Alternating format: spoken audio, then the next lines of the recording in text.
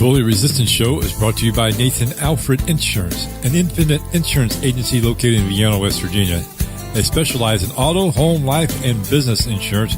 What makes this agency unique is your ability to shop the market for you. The Bully Resistance Show is brought to you by Planet Fitness. Come check out your new and improved Planet Fitness. I'm a member of Planet Fitness, and they have all new strength equipment, tanning beds, rowing machines, and more.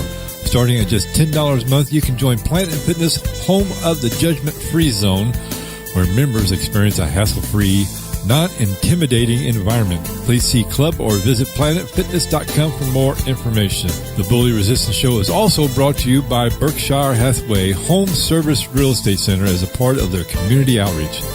They truly believe that selling houses is important, but helping make our community a better place to live is even more important. Also want to thank Bobby and Michelle Jones, Jeff Belt, Pamela Sayer, Rick Madison, Connie Pample, Jerry and Karen Gartrell, Crossroads Church. You can help us fight bullying in the public schools and help support the Bullying Resistance Show with David Wells. For more information, go to www.davebond.org. That's www.davebond.org.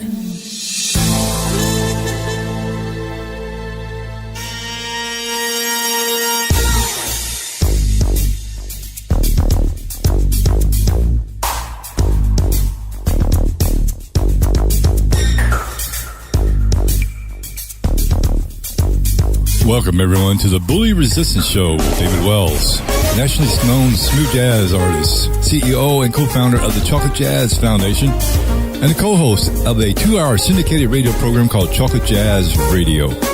Bully Resistance is a weekly 1-hour show that's a motivational, informative, and inspirational program. We will have interviews with musicians, actors, government officials, politicians, psychologists, counselors, and just average day citizens. Of course, the topics will include making the right choices, never giving up desire, discipline, determination, bullying in public school, the workplace, and in your community, bully resistance and prevention, self-defense, jiu-jitsu, and current affairs, and much, much more. And if you're ready, we are. Here's your host, David Wells.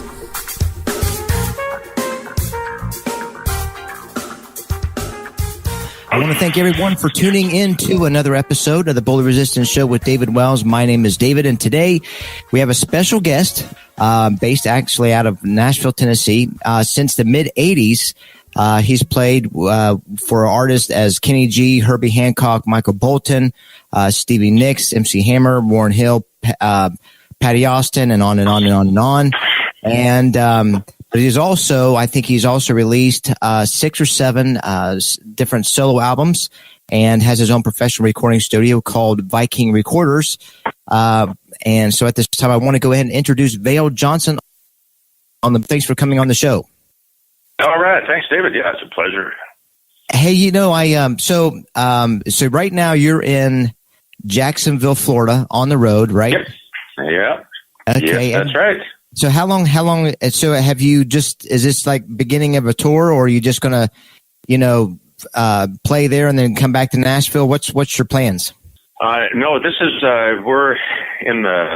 got 4 more shows left of this leg. This particular U.S. leg is 3 weeks. Before that we were 2 weeks out in Southeast Asia.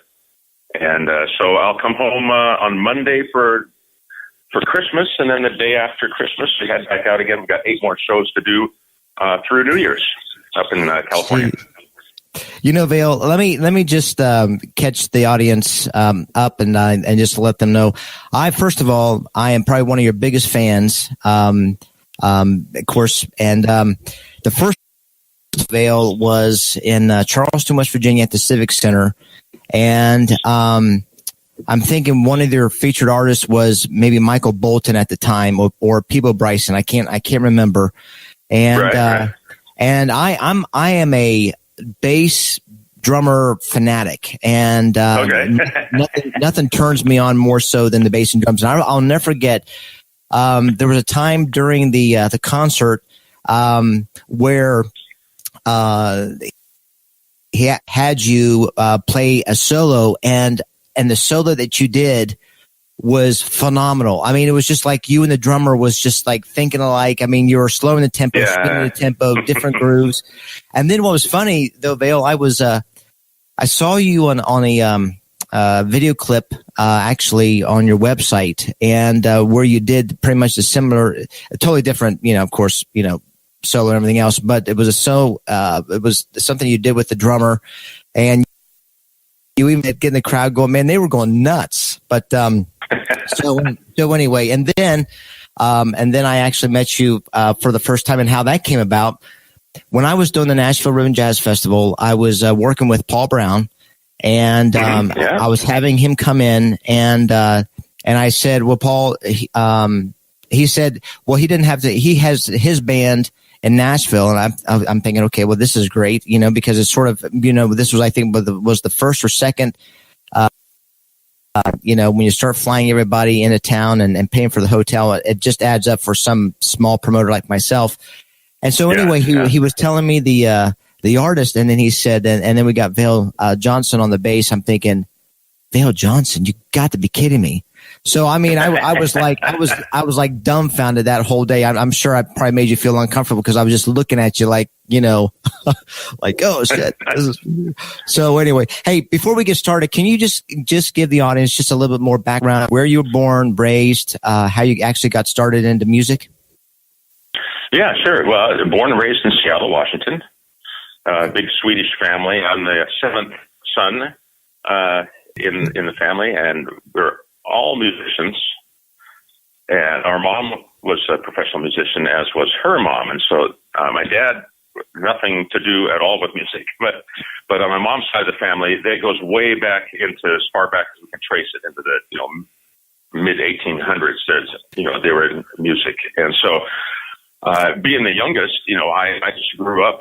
It was just totally normal that everybody was playing music, and around the house at any given time, there's 3 or 4 people practicing different instruments. It's just, which would sound like, mayhem to somebody not in it, but I was just growing up in that. And so the feeling for me, as I look back at it, wasn't so much, would you be a musician? It was just, what instrument are you going to choose?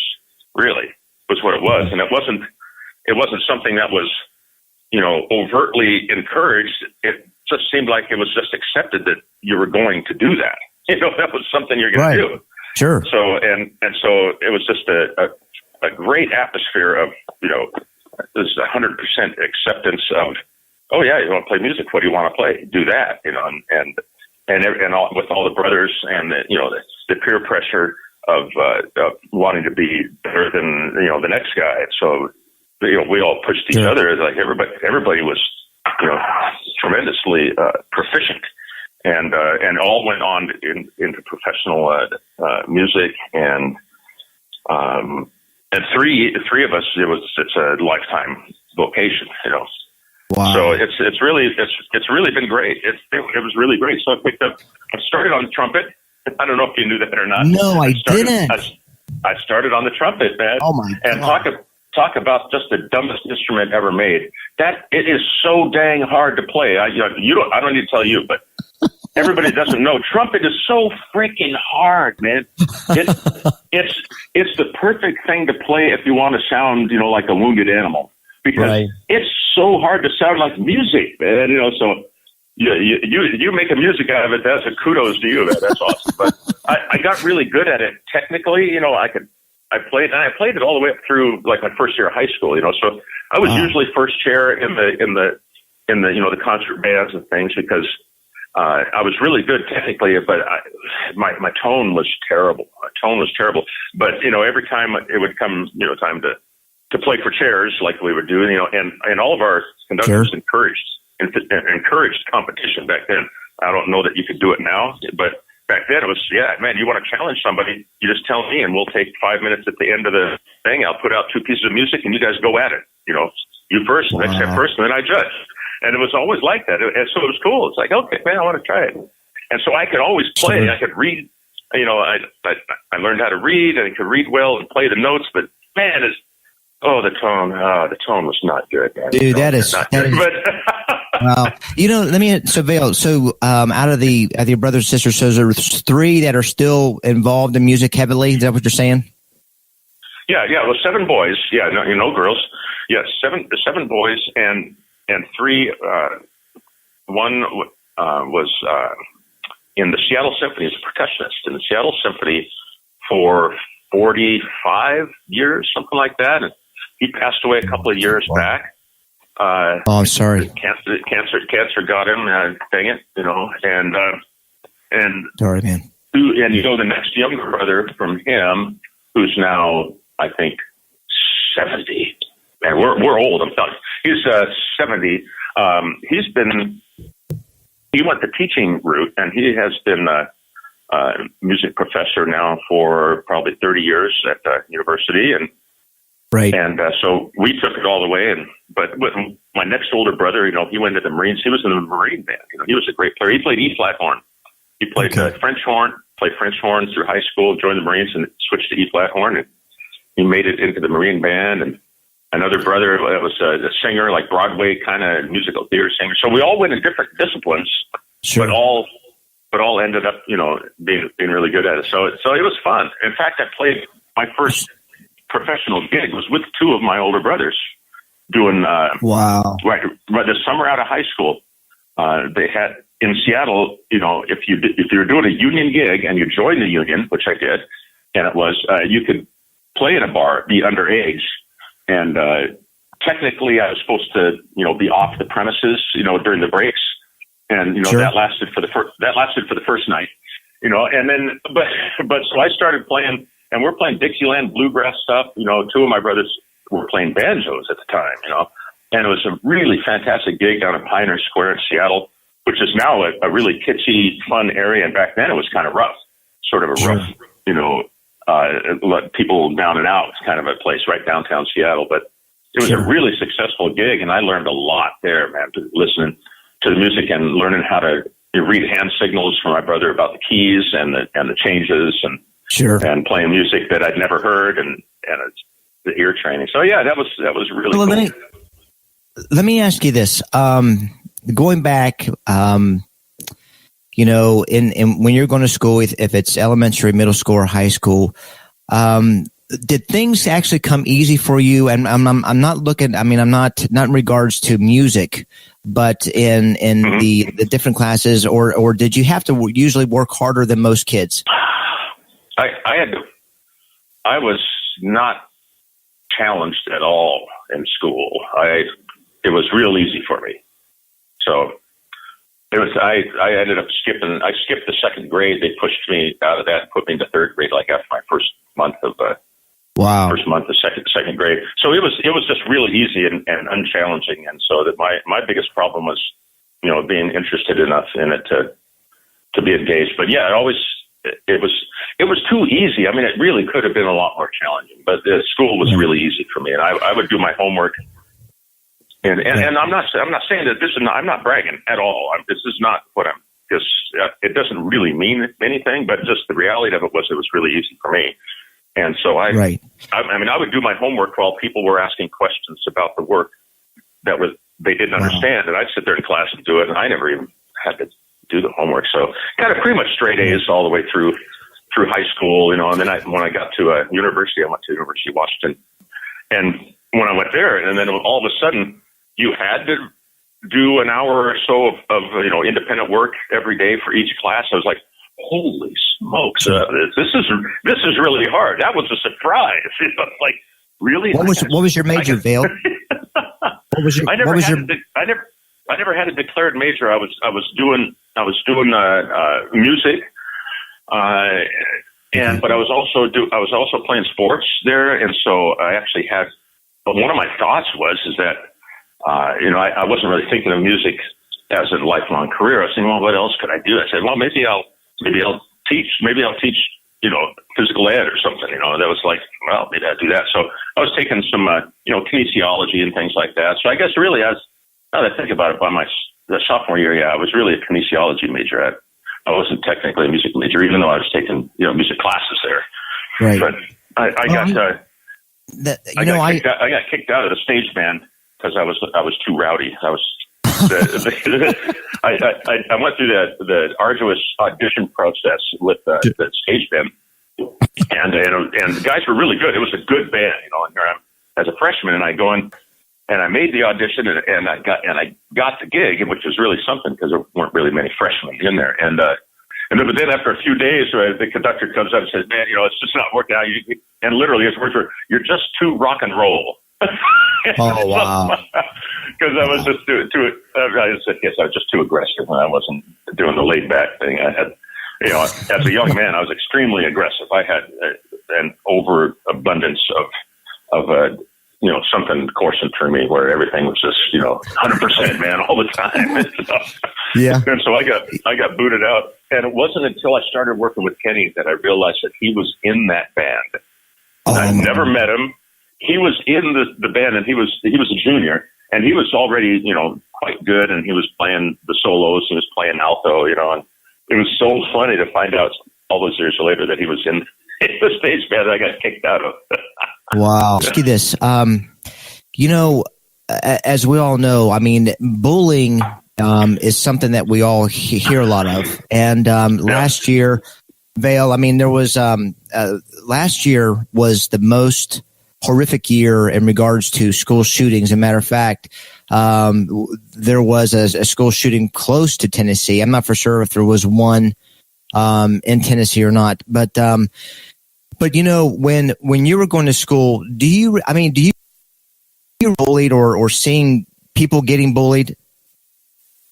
Well, yeah, I mean, absolutely. I don't know if anybody could answer honestly that they've never been bullied. I think everybody has to some degree, and obviously, how it affects them and all that would be very, very different individual. But yeah, sure. Yeah, I definitely was. I mean, I was bullied by my own brothers, but that was never it never seemed, it was never really nefarious, but I don't know, but teasing and getting ribbed all the time by them, that's one thing. But in school, for sure, I remember, I had a bone disease in my hips, a hereditary thing that my dad had, to where I wasn't able to walk for a couple of years. I was actually in these big braces that put my legs out at a 90-degree angle with wooden posts in between them and in full leg casts.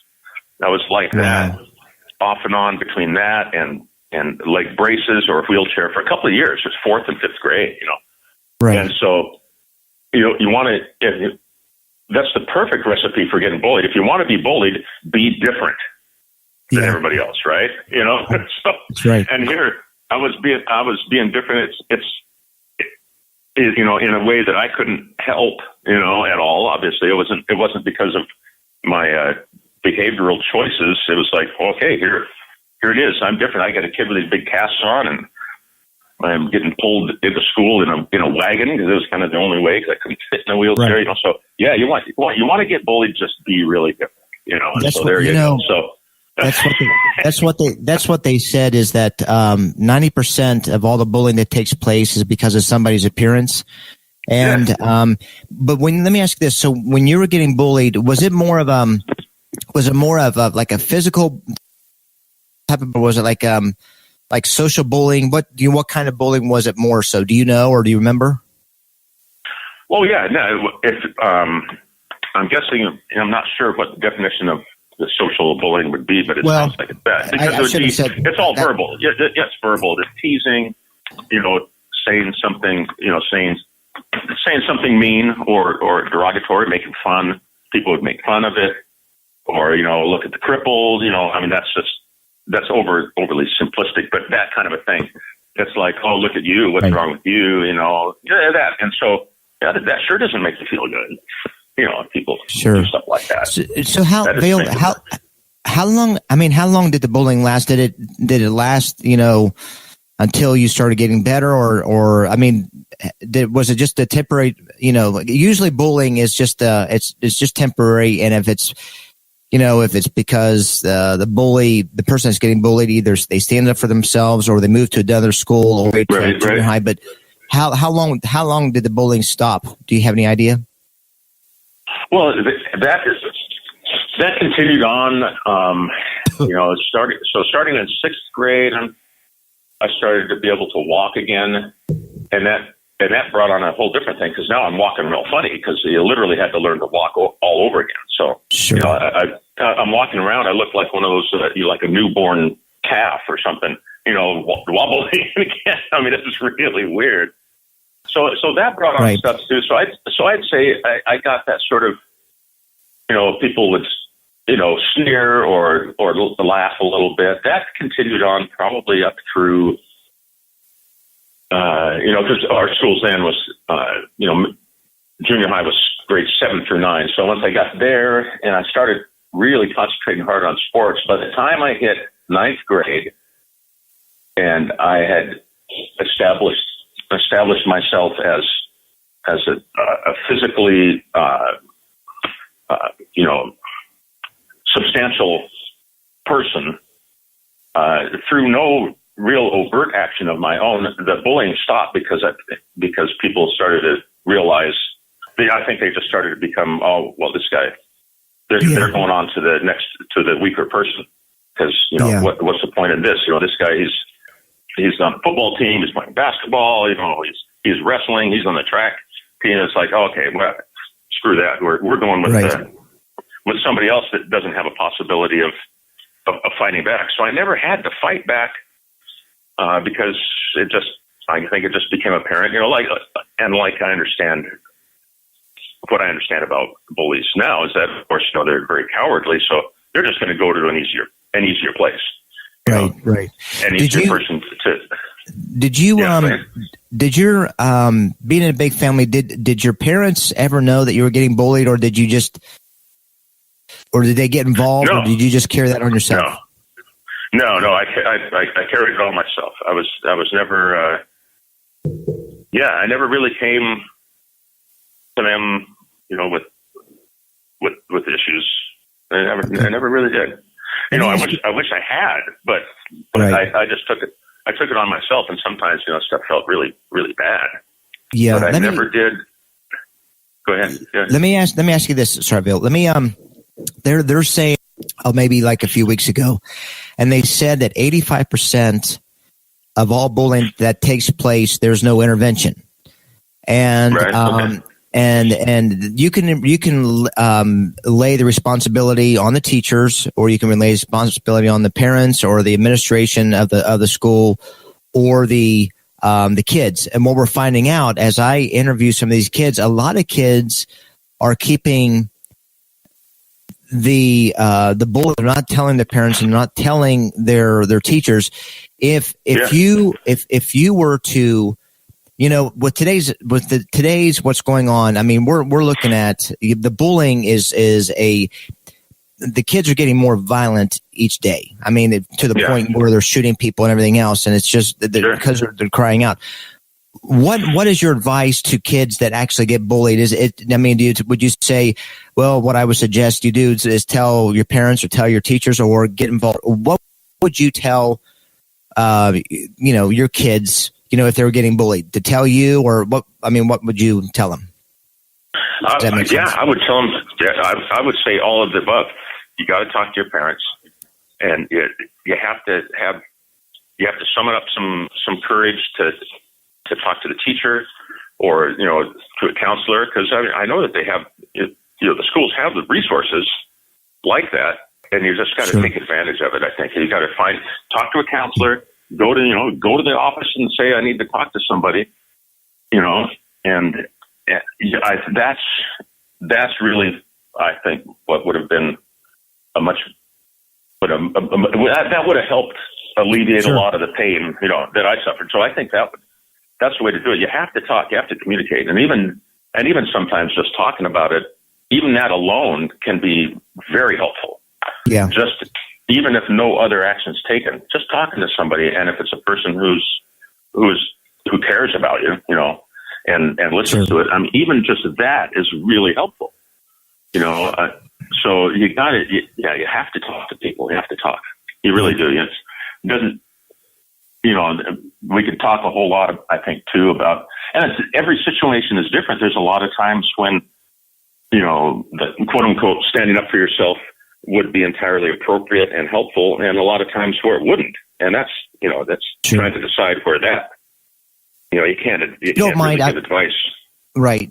If you don't mind, I want to go ahead and just take a few minutes and just recognize the sponsors and also Sure. let the listeners know how, of course, to get support the Bully Resistance Show. So when we come back, we'll talk more about your experiences on the road.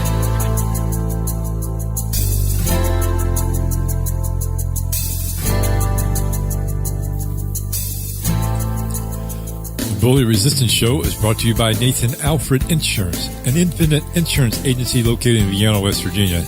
They specialize in auto, home, life, and business insurance. What makes this agency unique is your ability to shop the market for you. The Bully Resistance Show is brought to you by Planet Fitness.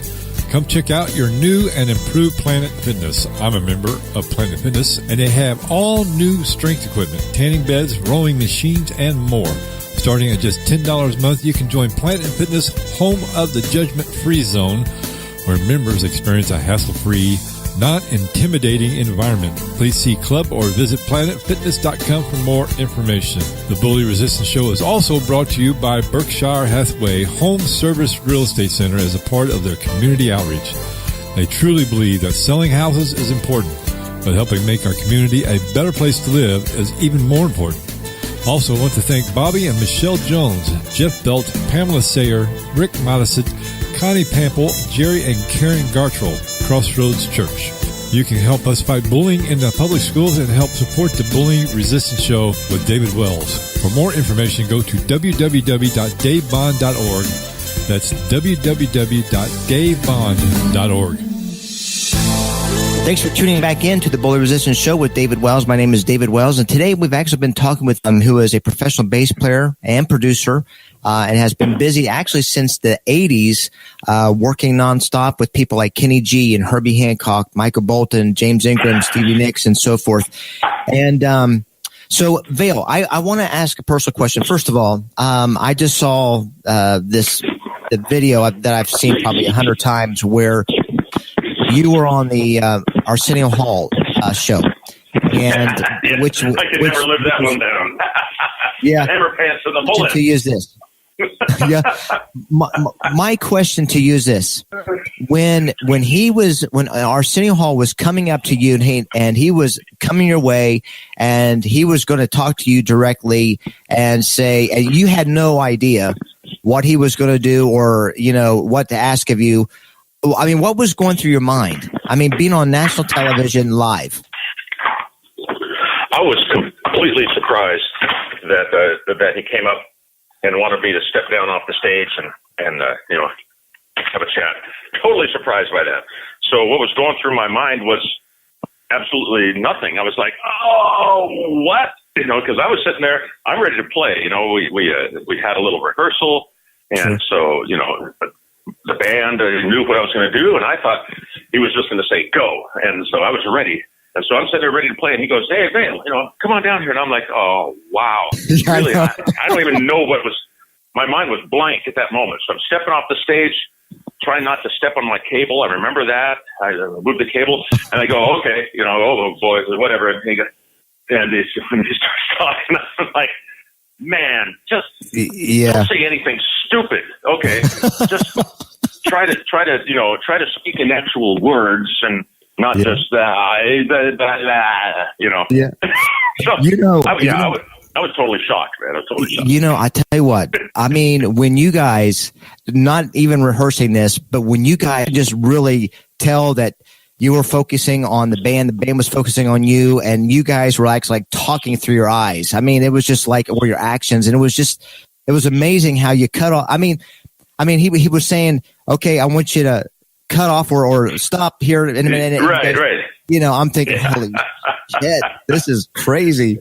But anyway, you've worked nonstop. I don't know, 30 some years being on the road, and on the road with a lot of these artists and some more than others. And so can you tell, there's a lot of musicians out there, Vail, that see you in the limelight playing in front of thousands of people, dealing with these major artists, but they don't really see what you have to go through it. And, you know, some people enjoy traveling, some people don't. But what is it like being on the road this long with and dealing with these A-listers of artists?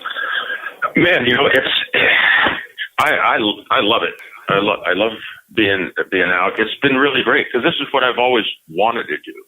And I had that goal early on.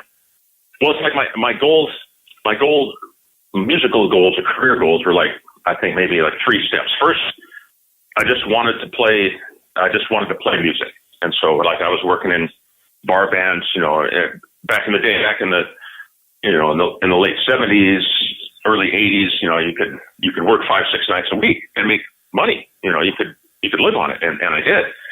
Back then, you know, playing Holiday Inns and stuff like that. You know, you're doing 6 nights a week, 4 sets a night. And so I was doing that. And then my next goal was, man, I'd really like to just to play, you know, original music, you know, not play covers. And so that's when I started playing in some bands that were doing that. And then once I was doing that, then I thought, man, I would really love to make a living, you know, just playing, you know, concerts.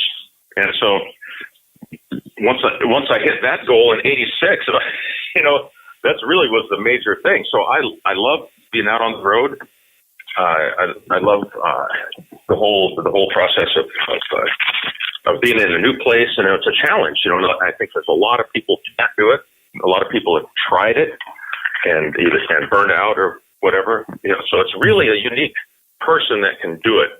And so I garner much of my self-worth through doing a great job in challenging circumstances. You know, like on this run, we've done.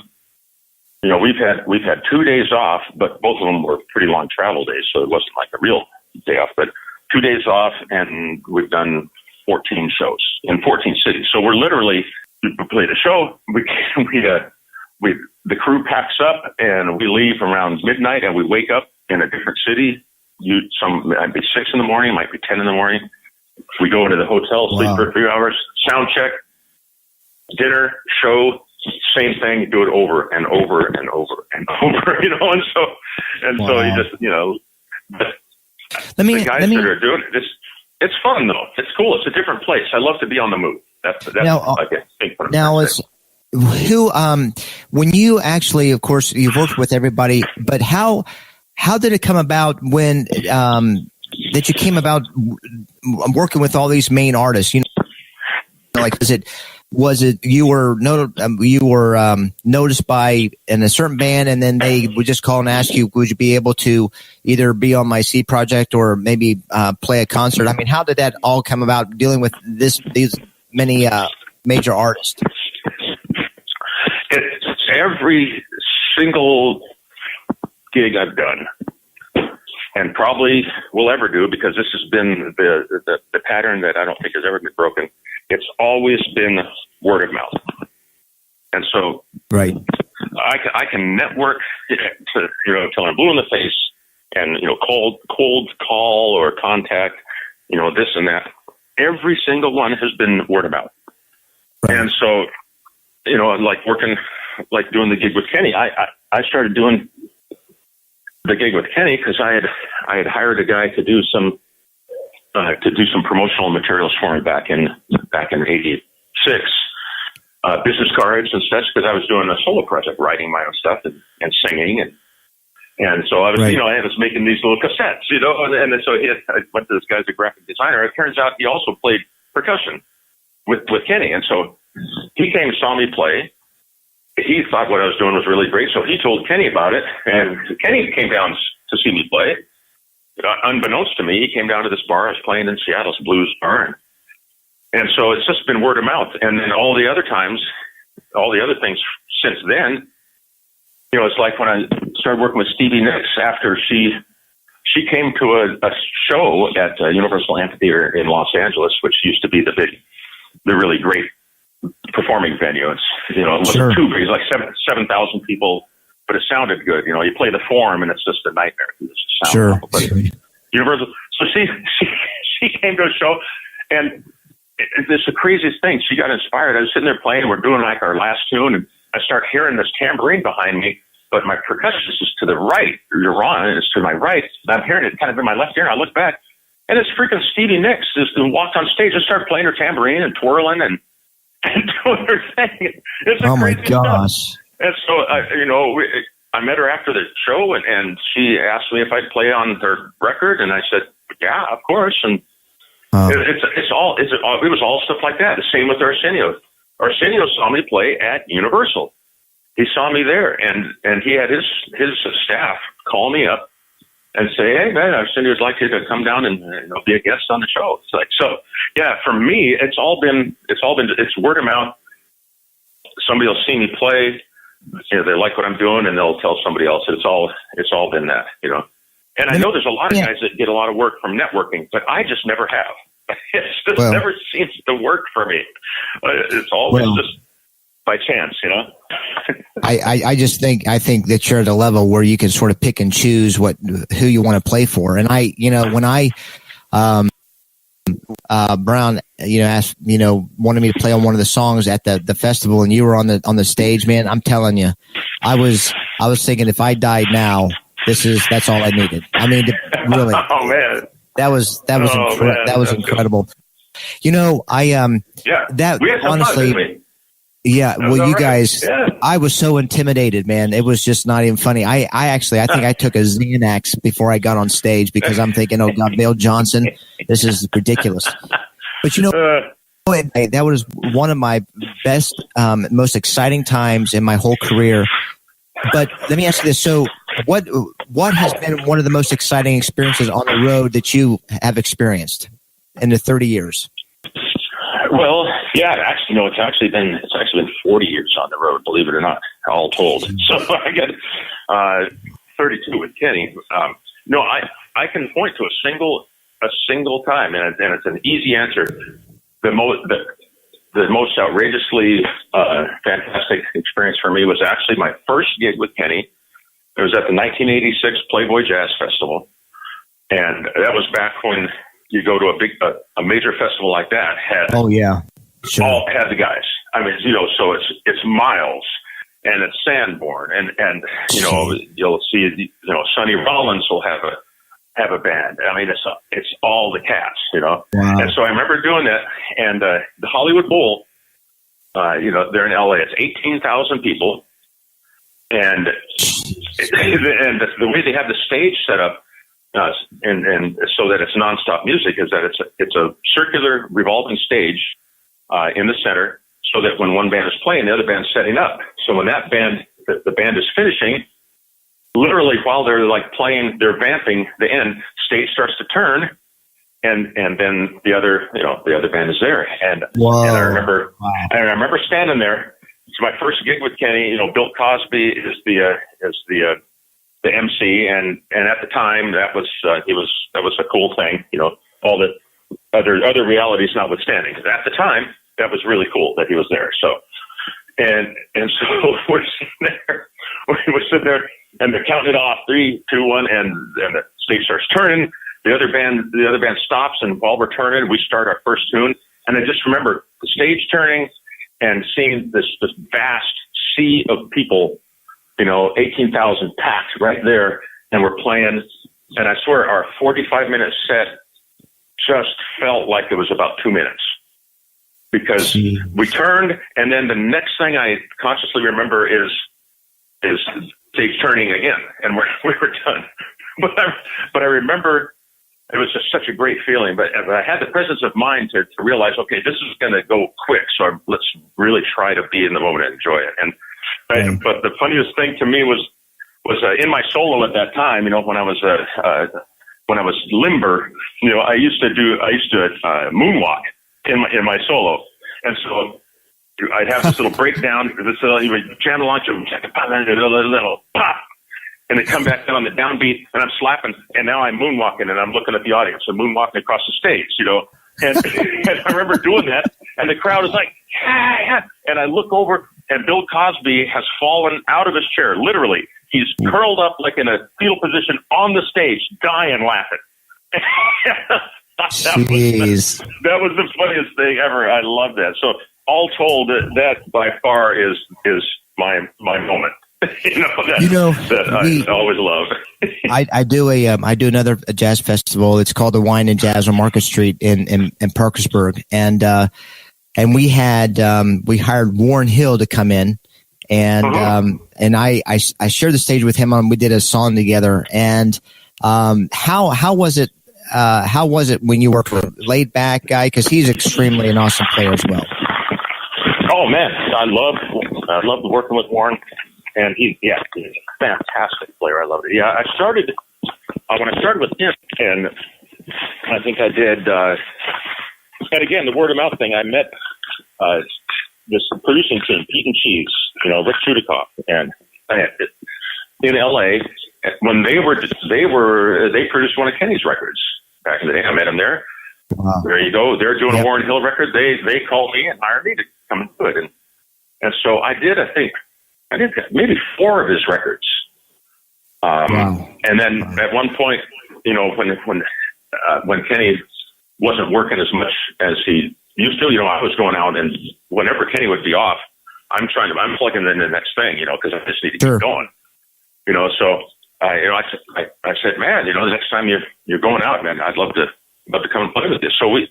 So I did, there was a couple year period where I did, maybe most of his live shows, and it was fantastic. I think he's a world-class player. They're really fun. He's a really nice guy, and I just loved it. I thought it was great. We got along great. I remember when his daughter Olivia was born, and he wrote a song for her, and we played. I played on it in the studio, and it was so. I thought it was really cool, and Tamara has always been really, really sweet to me. So I haven't seen it for a while, but I hope to again at some point. It'd be great. He's actually, I've been sort of in contact. I don't remember if you know this, but you and Denny Giosa, we were all going to be playing at the Music City Jazz Festival. Yeah, I know. I had to bail on you guys, and I felt terrible about it. Yeah. No, that's all right. Believe me, but it was, it was one of those things. But anyway, I think I tried to get Kenny to cancel his shows, but he wouldn't. Yeah. I want to cancel. I said, hey, man. I go to Kenny. I said, look, man, David Wells has got this gig, man, and you're going to have to get a sub for me. Screw it. I'm doing this gig. As long do it, man. Yeah. But what was funny though, Vail, I think with Warren, he has he was really focusing on Olivia's career, and then took on the Cancun Jazz Festival 2 or 3 years ago. Yeah. So, but he's an awesome promoter. Hey, well, okay. So, towards the end of the interview, and I hate for this to end. I wanted to mention this to you, for the listening audience. Vail, of course, I'm in the project of putting a CD together, and I sent a text to Vail asking him to help us on the CD project, and with no delay, I got a text from you, Vail, and said that you would love to be a part of that. And I want you to know how much I really appreciate for you just to even be involved in that. It's awesome. So I thank you so much for that. It's a pleasure. Anytime, man. I love it. I just love to play, man. I just love to play, man. I can tell. I don't really care about all the other stuff. I just love to play, and it's really great to be involved. Well, I appreciate it. At the end of the interview, there's a thing what I call a super questions, and you can answer this with one word answer, or however you want to answer it, and then we'll just wrap things up. So, what's one? No. Okay. Come on. Not yet? Okay, sorry. Okay. Sorry. What's one word that best describes you? Faithful. Boy, isn't that I bet Kenny can agree with that. Okay, second question. What is one of your biggest pet peeves? And then here, and hold on a second. And I want to... Well, wait a second. And this is pertaining to traveling on the road. What's a pet peeve that you have when you travel? Deception. Okay. Oh man, I could talk for 3 days on what that means about the road. Okay. And it's not about people in our camp, but it's working with other people. It's really something, man. It's really something. Well, I can't imagine. Okay, third question. What natural gift would you most like to possess? I'd like to be taller. No, that's not really a gift. I'd like,